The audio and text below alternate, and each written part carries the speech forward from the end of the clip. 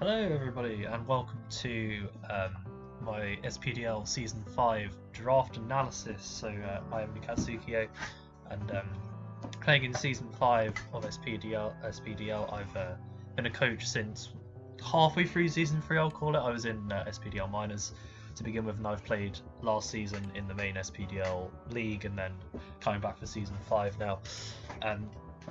If you don't know what SPDL is, if you're the one of 0% of people probably that isn't from the Discord server watching this, then we're a Pokemon Draft League that's in its 5th season now, clearly.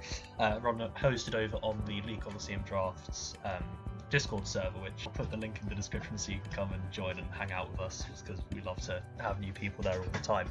So this is Season 5, and I'm in the Gallade division, which is the 2nd division of the lot, which is also the one I played in last season. I finished, it was tied 9th, exactly, same record, same differential as 9th place, so almost made playoffs. It was very close. And coming back now, trying to get into playoffs for Season 5. So we're a points-based draft, so not quite the tiers that kind of more people are kind of accustomed to. So each Pokemon is given an individual value from 1 all the way up to 18. So your best mons are up in 18. So your Mews, your Tornadus, Furions are up there, and then you've got stuff like Fearow down in 1. So you get a real range of it. So I like points because it just allows you to have a bit of a range of different teams and drafting. It gives teams new dynamics and allows you a bit more variety in what you can pick. And the draft order came out, and I had 13th draft pick, which was slightly frustrating to me because I could not seem to buy an early draft pick to save my life. The last 5 draft leagues I've been in, I've had 16th, 6th, 15th, 14th, and now 13th. So I just can't get an early pick, which is fine because I think I still drafted a really cool team, albeit one I don't think I'll be that good at using immediately. But it'd be nice to actually get one of the really premier draft league mons at some point, because I haven't got to use any of like your Urshifu's or your Tornaduses pretty much ever. So as I was saying, I really do like the team I've drafted, but it's very different to anything I've drafted before, so I'm not sure how good I'm going to be with it. So hopefully it goes okay though. So going into round 1, I had 13th pick, and I had a bit of a plan. So I knew 3 mons that I really wanted to form a really good core, and I essentially sacrificed a first round pick to go for this core, and as such my first pick was Heatran. Now Heatran was worth 15 points, which I think is a pretty good value, and Heatran, we know what it does. It's a brilliant mod. It's got great bulk, it's really strong attacker, gets rocks, can do phasing stuff with Raw. It's not really your typical first round pick though. I think I'll admit that it usually goes early round 2, but it's a really good mod, and I wouldn't say unlikely to get it in round 2 with essentially the 4th pick of the 2nd round. But it would have been 50-50, and actually knowing what I do now, I wouldn't have got it. So it's fine to go for it here, I think, and I think with the team I've ended up putting around it, it can do really well. Heatran, we just know how good it is. It's just really good. Gets nice little coverage as well with stuff like Earth Power, so it can beat other fire types to go along with that fire immunity. We know what Heatran does. Now, and then going into round 2, I got a bit annoyed because I literally essentially threw my round 1 pick to draft a core, and then part of that core got drafted. Rotom Wash got taken, and Rotom Wash, it wasn't the pivotal part of this core, it was kind of the 3rd mon in this core, but the reason I really wanted it is because of that familiarity. I've used the Rotoms very effectively in the past. I had Rotom Mow last season and Rotom Heat the season before that. They're mons I'm good at using, and with a team that is so comprised of stuff that I'm not used to using, it would have been nice to have something I've used before. However, it was always a blessing in disguise, because knowing what I do now about what people wanted, if I had taken Rotom Wash in round 2, I wouldn't have gotten my actual next mon, which is Willow Boom. Now, Willow Boom for 15, I think is slightly underrated. I feel like Willow Boom should have been in 16, personally, and that's because it's just got so much power. 125 base attack with Grassy Glide coming off of it is really strong. And let's talk about the pairing here, because Grassy Surge, of course, weakens Earthquake. Not all ground type moves. It doesn't weaken High Horsepower, it doesn't weaken Thousand Arrows from Zygarde, for example, but it does weaken Earthquake, which is the main ground move that we see used. So that really helps out Heatran with that core weakness. It also resists Heatran's other weakness in water. Well, Heatran has more than that, but one of its other weaknesses in water. And then in addition, Heatran pairs well with Willow Boom. Willow Boom weak to flying, Heatran resists that. Willow Boom's weak to poison, Heatran's immune to that. And then weak to fire, Heatran's immune to that as well because of Flash Fire. So really good pairing there, I think. And Grassy Terrain is really cool because a little known thing is that Heatran also gets Nature Power. So I technically have a Grass type move on my Heatran now because of Nature Power in Grassy Terrain. At least I believe that is how it works. I do need to go and double check that, but I'm pretty sure that's how it works. Willow Boom on its own though is just awesome. It's really bulky in its own right as well. Grassy Glide is kind of the thing that pushes it to be a really good tier 1 mod. But even with Grassy Terrain on its own, I think it's still a very solid tier 2/worse tier 1 personally. It hits pretty hard even without Grassy Glide as well. You can run like Wood Hammer and do a load of damage. Gets things like U-turn to pivot, which is really nice. Great Assault Vest user in draft as well. And the thing that I like about these two mons is it's the style I've never really used before, and that's balanced offense, because both of these mons can be both offensive and defensive, or do both at the same time, which is something I haven't really done before. A lot of the teams I've drafted in the past have consisted of, well, you're all the attackers and then you're all the defenders. And I want to try something different and expand my ability at using different types of team.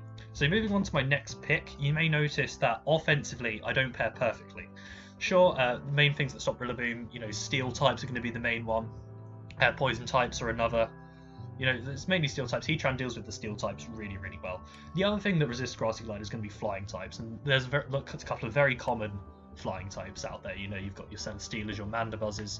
So I picked up Kirim, also for 15 points. And I think Kirim is probably more worth 15 points, maybe even verging on 14. At least I thought that until I looked at this thing's stats. It's actually incredibly bulky. It has over 100 in both defenses, which is insane. I know what Kirim does. Kirim Black is banned now because of Dragon Dance and Icicle Spear. Kirim can do that, but obviously the better Kirim set is going to be Scarfed or Specs or Life Orb even maybe. Just with those special attacks, your Ice Beams, your Draco Meteors, or Dragon Pulse if you wanted.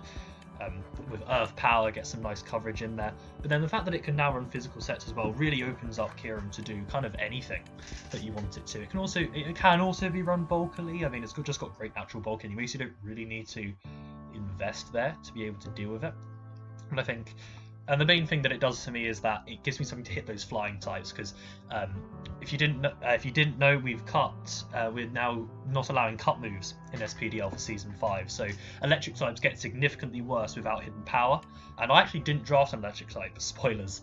I originally wanted Rotom-Wash obviously, which would have been one, but that went. I didn't draft an electric type, and it's really important to have something to hit those really bulky, like prevalent flying types in the format. So, and Ice offensively is a really great type. Not that much stuff switches into Ice Beam, and a lot of that stuff doesn't switch into a Draco Meteor. So Kirim could be really, really nice. It also sits at a really nice speed tier at 95.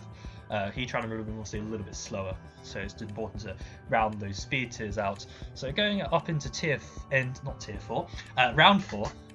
I knew I needed a bulky water to round out that Fire Water Grass core, because obviously Heatran and Willow Boom pretty good on their own, but adding a water type to that is really, really nice, to add another fire resist for Willow Boom, to be another water resist for Heatran as well, and to be an ice resist for Willow Boom as well. That's really nice. So I actually picked up Manathew. Now, there's a story here with Manathew, because you might think, well, 11 seems very low for Manathew. What is going on there? Well, Tail Glow is a cut move, as far as we know. Manathew isn't in the game yet, so in theory, it could end up coming, but as of right now, it's a cut move. So Manathew loses essentially its entire thing that it's been doing its entire career, where it's been Tail Glowing, or in Gen 7 Z Rain Dancing and Tail Glow, which is probably the best Manathew ever was individually. Now it doesn't have any of that, and it just becomes a water type Celebi essentially, where it's in the same tier as Celebi now. I think it doesn't do a whole lot. And I think where Manathew's new role is in draft is as a bulky, cleric-y water type. It gets Heal Bell, which is really cool. It gets U-turn to pivot around as well. And it's still got a really good special attack, so obviously in 100, so you can still hit pretty hard with your skulls. You can easily still run it offensively. Base 100 speed is really nice. But I think on this team it functions really well as this bulky pivoting water, and I'm really interested in trying to use Manathew in a completely new way, because this is essentially a completely different mod to the one it was before now. So getting into that. And in terms of the weaknesses of Manathew, you may be thinking, well, Rotom-Wash would have been perfect here, and yes, I agree, because look at how protected that grass weakness is. Kirim resists, Willow Boom resists, and Heatran resists, which would have been Rotom-Wash's one weakness, so that would have been amazing. With Manathew, it's still pretty good though. Kirim and Willow Boom both resist electric, so That's the only other weakness there, checking in. And the one thing you may notice currently about the team is that the one type that I appear a little bit weak to is fighting. I've got 2 fighting weaknesses and no resistance, so going into round 5 it was imperative that I patched that up. So I picked up Galarian Wheezing. Now Galarian Wheezing becomes the first mon on this team I've used before. I had it back in, I've used it twice actually. Once very briefly, and then in SPDL mines as well. I think I got 5 kills with it over the course of 10 games. It was actually really solid. And essentially what this is it's a massive fighting wall. Great physical defense, fairy and poison type, so it just tanks all those fighting hits really, really well. It's also a dark resist, which I didn't have already, so that's really, really nice. It's just solid. It gets stuff like Will-O-Wisp. It can Pain Split, which is slightly unfortunate because it doesn't get reliable recovery. And another key thing for draft, it's my first form of hazard removal. It's a defogger, so that's really good. Also has access to T-Spikes if I want to go with that, which I could do. And it's another cleric as well with aromatherapy, so it's just really solid there. In terms of how it matches up on the team overall, the psychic weakness there from Wheezing, which is the main thing you'll look at, is covered really well by Heatran, especially defensive. Heatran is actually the standard set on Smogon, so that's really what it's known to do, and its key is that fighting resist. Going into, it was worth 10 points. Oh, it was worth 10 points as well, which is a very solid low tier mon. Going into the next round, I went for a bit of a value pick, I think, which doesn't necessarily work the greatest on the team, but I think it could do really, really well. And that's Gligar. Now going back to the whole no cut moves anymore, Hidden Power is gone. The kind of stuff with core weaknesses, so your Scizors, your Gliscors, they all moved off in points because things can't just slap Hidden Power on them anymore and deal with them. Gligar, however, has stayed exactly where it was in 10 points. And I appear to have mistyped on the previous slide and said Galarian Wheezing was 10 points. It wasn't, it was 11. That's my bad. So without now Hidden Power Ice being the main thing, Gligar is an excellent electric check. It's another fighting resist as well, which I think is good. And actually when I drafted it, I thought it got dual wing beat. I was mistaken there. So I do unfortunately have the caveat of its best attack being Earthquake and that being weakened by grassy terrain. But hopefully I'll try and work a way around that. Gligar, if you didn't know, has immunity as an ability as well, so that means it can't be toxic, which is awesome. It runs the EV Light, so you just want to avoid knockoff, which is where Wheezing is really nice as a switch into those dark type attacks. There, and I think Gligar, in certain matchups, if there's no ice type or nothing that gets ice coverage, could literally just sit there, click Roost, and not die. It's also a second rocker for the team, which is really nice, and a second defogger, which is really key, I think. I've drafted in the past teams that didn't have enough hazard removal and it's really come back to bite me, so I wanted to make sure I had enough here, and I've got 2 really good defoggers there in Galarian Wheezing and Gligar. And even with that ice weakness, I have Heatran and Manathew to cover it really, really well, so I'm not too worried about that. And the water weakness is covered pretty nicely also. So my next pick, I definitely needed some speed on this team. If you look at it, it's very, very slow. Manathew is my fastest thing. So I picked up Aerodactyl, which has base 130 speed. Now I originally wanted Crobat, actually, because Crobat's nice as another, as a poison type here, so it's actually another fighting resist. But I think that was before I realised I really wanted Gligar. So then with Aerodactyl instead, it's not a fighting resist, but it's now just a really fast offensive threat. And the key thing with Aerodactyl, I think, to point out is that it essentially has the best 3 spammable attacks in the game in Stone Edge, Earthquake, and dual Wing Beat rather than Brave Bird. But the three of the best offensive types, maybe alongside Dark and Fire as the top 5 in draft. Where yes, my Earthquakes are being weakened by grassy terrain, unfortunately. That's just a caveat. And yes, Stone Edge and dual Wing Beat are both pretty inaccurate for what they are, which is why Aerodactyl isn't better, but it's really solid. It can also Dragon Dance, although ironically, the better setup move is actually Hone Claws because you get the accuracy and you don't miss. And essentially, it can just do a lot. It is another rocker as well, although I'm probably not going to use it as one. It's a bit too frail for that. It's more of an offensive mon, but it covers a lot of nice things offensively. It's something that, for example, Willow Boom can't break bulky grasses, which Heatran can, obviously, which is why they pair so well. But Aerodactyl is another thing that can with dual Wing Beat, which is super nice. Nice. But it's just that speed. That speed is the key thing, because I really lacked the speed up until this point. And I picked up more speed for my next pick in Azelf, and I looked at SPDL over the past couple of seasons and realised that between the 3 divisions last season and minors, I was yet to see someone actually draft Azelf. So I kind of just thought in my mind that from right at the beginning, I was going to draft Azelf, and it just so happens that it works really nicely on this team. Not necessarily in terms of offensive synergy, I'll give you that.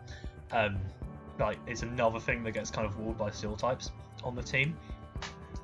But the speed tier is perfect at 115, so it's something to perfectly bridge the gap between Manathew and Aerodactyl. I think the way I like having my speed tiers is I like having something around 100, something between 90 and 100, something between 100 and 110, something between 110 and 120, and then something above 120.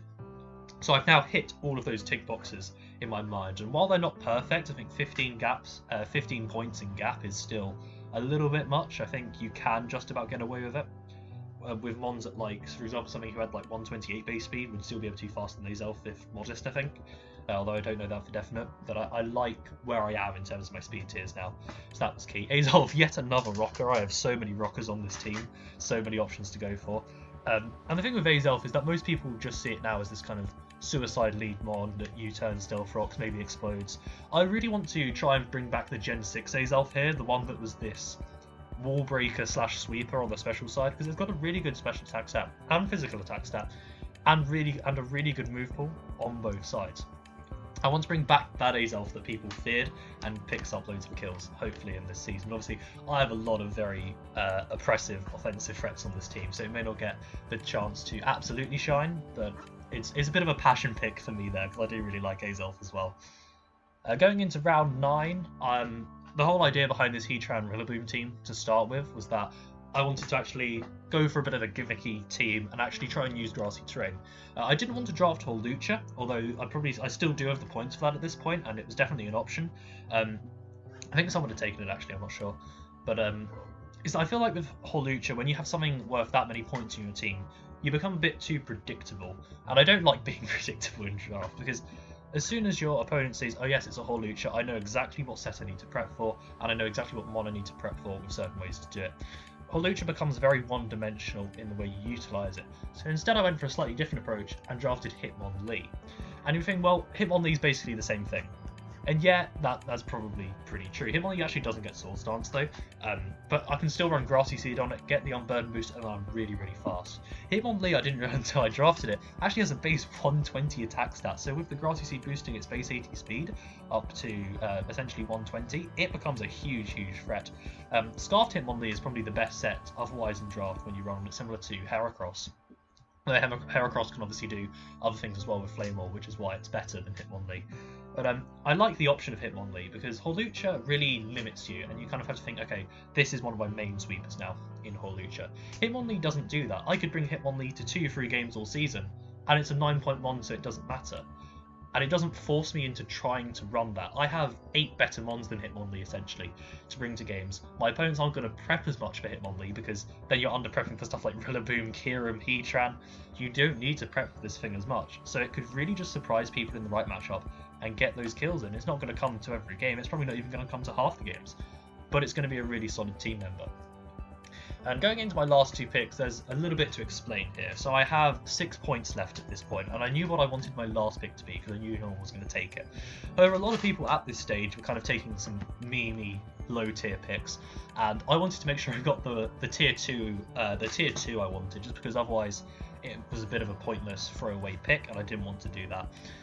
So I picked up Wynort, which we unbanned Shadow Tag for this season, and I think across all 4 divisions, although I didn't look this morning, I think the Volts draft was still going on, which was the bottom division. I think I'm the only person, and this is essentially just probably a 1 or 2 time bring one, just because I had 2 spare points, and it's easily, I think, the best tier 2 to go for. It's a case of, if I know something is choice locked into something, I come in with a Focus Sash, and it dies, pretty much. That's how this works. And I think Wynort could be really, really good at doing that. If there's an offensive threat I really need to eliminate because it destroys my team, Wynort comes along and saves the day and just gets rid of it. If there's something defensively, although defensively obviously they can have options and it's not as easy to kill them, but defensively if there's something that, say, Willow Boom needs gone to be able to sweep with +2 Grassy Glide, then Wynort can come in and do that by encoring it or something. And that's the other thing as well, Encore's a really good move. I can Encore into something and then set up with Kirim, or Willow Boom, or Manathew, because Manathew can still Calm Mind. It may not be able to tailgo, but it can still Calm Mind. Or Aerodactyl, or Azelf even. I believe Azelf gets Calm Mind.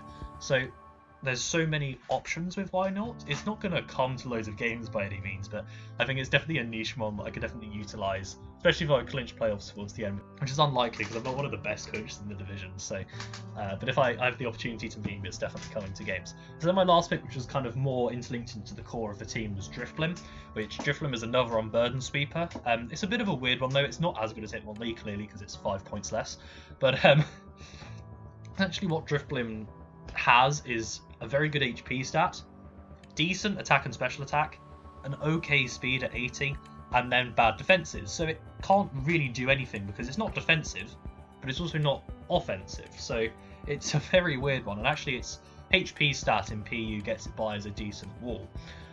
What I can do here is I can do that easily. It gets stuff like Will-O-Wisp, and it can do stuff like that. It's another defogger, which is really nice. Hitmonlee gets Rapid Spin, by the way, which I forgot to mention because I didn't realise when I drafted it, but it's another cool hazard removal option if should I want to use it. Obviously, Wheezing and Gligar are my main 2 hazard removers though still. But Driftling can just pop a Grassy Seed and then be really fast suddenly.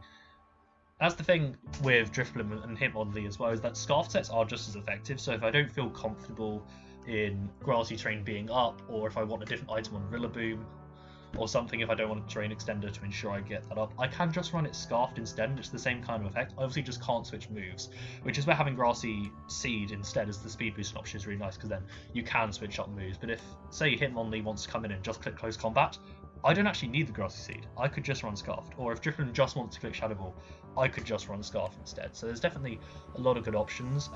I'm kind of toying around with trying to use a Flare Boost set at some point as well with Flame Orb, but it's like, why would I not just run Specs at that point? Because it doesn't get a good special flying stab, so that's a bit unfortunate. So there is the team. I do really like the team on paper. As I said, I don't know how good I'm going to be with it because it's something very different in style to what I'm used to, but I'm definitely excited to try it out. As I said at the start of the video, the League Coliseum Draft Discord will be in the description if you're not in it already. Come and hang out with us, we'd love to see you there to watch matches. I will be doing weekly uploads of my matches, so hopefully you enjoy all of that. So thank you everyone, goodbye.